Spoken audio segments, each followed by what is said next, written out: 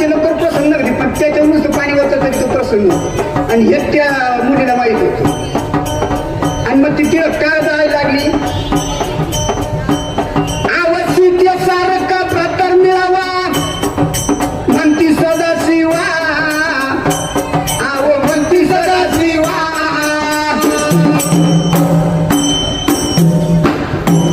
आणि शंभूराजू म्हणे मुली, आव शंभूराजू म्हणे मुली, तुझ्या संचिताचा ठेवा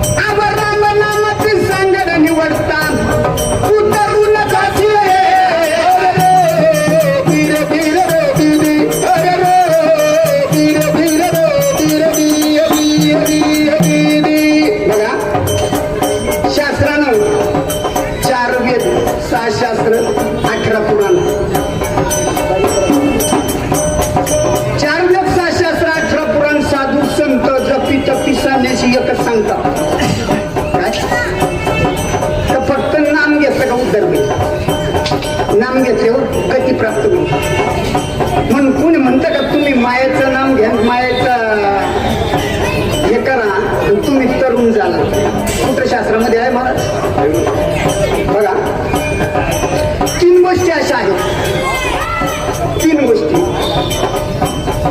काही एक खोट्यात खोटी आहे, एक गोष्ट पूर्ण खोटी आहे, पूर्ण खोटी.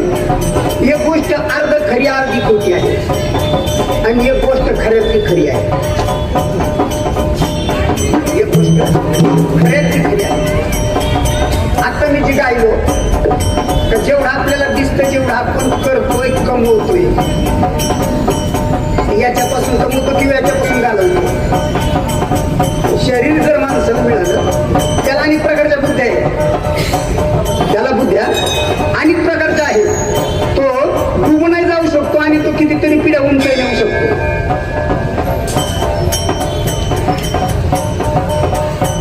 शरीर उत्तम चांगले, शरीर सुखाचे घोसले, शरीर साध्य होय केले, शरीर साधिले परब्रह्म.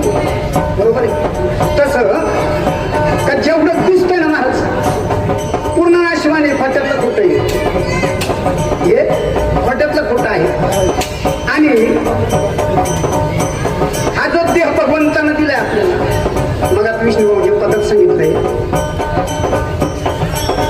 का या कुढीमुळं किंवा या देहामुळं सगळं उद्धार करता येतो देहामुळे. पण देहातला हा गेला उद्धारता करता येईल का? यांनी देहातला आत्मा काढून पुढी काढून यांनी उद्धार करून घ्यावा. मी सांगल खरे शक्तीवाले आधार देऊन सांगल, आधार देऊन. तसं याच्यामध्ये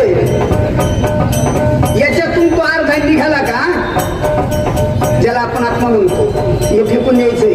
हे अर्ध खोटं अर्ध सत्य ते घ्यायचे. पण ज्याने सगळं लावून धरलंय, जेने स्तंभाविनं धरिले नभ,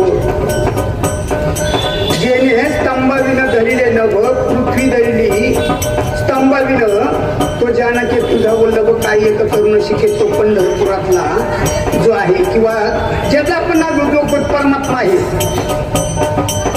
तो एक सत्य आहे, तो एक खरा आहे. आणि त्याच्याही पेक्षा त्याचं नाव सत्य म्हणून नाव घ्यायचं.